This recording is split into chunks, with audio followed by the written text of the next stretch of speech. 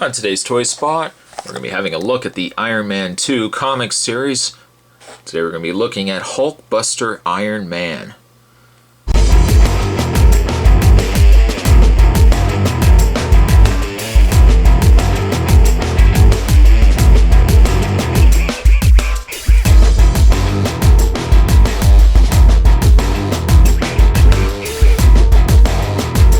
I've really been looking forward to getting this one.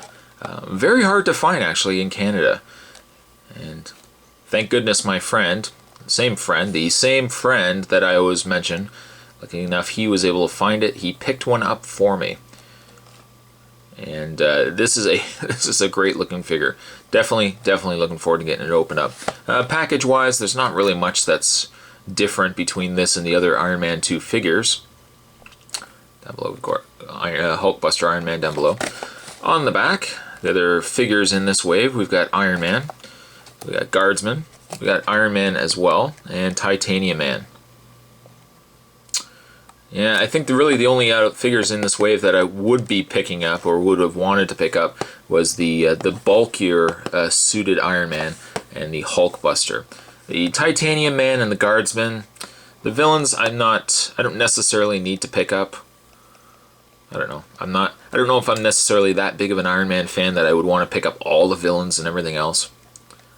But I would get like the Mandarin. I'd get the Mandarin if anything. But there you go. There's packaging on Hulkbuster Iron Man. What we're going to do is we're going to get this opened up and we will have ourselves a better look at the figure. So stay tuned, guys. Don't go anywhere. And if you're familiar with these babies, then you probably recognize these. Yes, the Hulkbuster Iron Man comes with stat cards, or the overlay card, the same as the other Iron Man figures. So we've got a upper torso, and we've got a lower leg, and there we go. We've got the two arms as well as the head. And put the three together actually, and you've got yourself a interesting little stat card. Certainly something makes this base a little more interesting. And despite the fact that this isn't the first wave, that we're now into, several waves into this line, still they have yet not come up with the idea of, hey, let's put the actual name of the figure there. It's right there, guys. There is a spot right there. Why they haven't not used it, I don't know. Maybe they just don't want to, production-wise, maybe they just don't want to bother. They'll just release a generic base, but that'll just be put there for a second. Let's have a look at Hulkbuster Iron Man, who I gotta say looks awesome. Totally awesome. I feel like I'm stuck in the 80s. There are some issues, some small issues with the figure. Probably the more obvious one is the fact that the upper torso, kind of like this area right here, is a different color than the head, the arms, and also the legs. Not really sure why. I mean, obviously, I think the better color maybe would have been this color as opposed to the other colors here, that more brown, rusted color. I think I prefer this color a little bit more, but strange that it really isn't on the rest of the figure. Of course, as well, we've got this nice gold in there as well. We've got the silver on the back of his exhaust stacks. But, I mean, the figure is very detailed. It's a very large figure as well.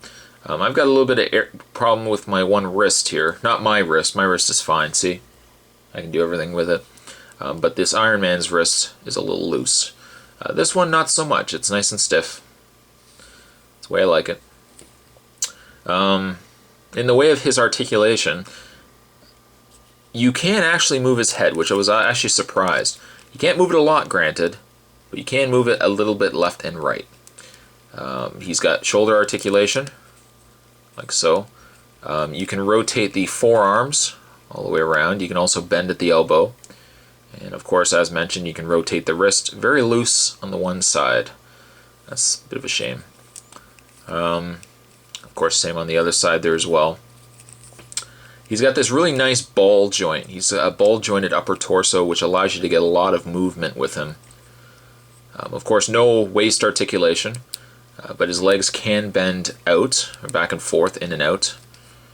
You can also rotate the thigh, bend at the knee at 2 points, as you can see right there. Also, you can rotate at the foot. Doesn't look like you can actually bend the foot up and down, but you can certainly rotate it left and right.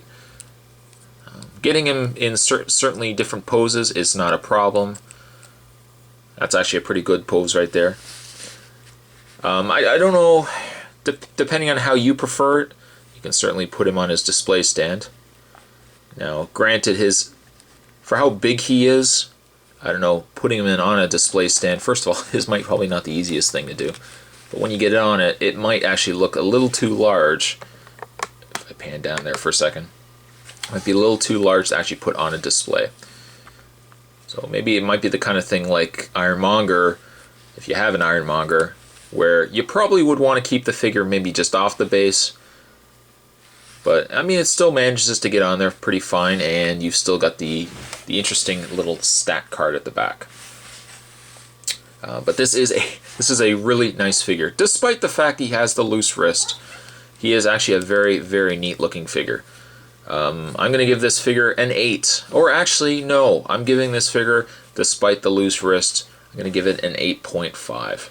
This is a really, really cool figure, and definitely a figure to pick up from the comic series of Iron Man 2 figures. Today's Toy Spot, we were having a look at the Iron Man 2 comic series. We were looking today at the menacing, very large, with a loose wrist, but very large, very impressive Hulkbuster Iron Man.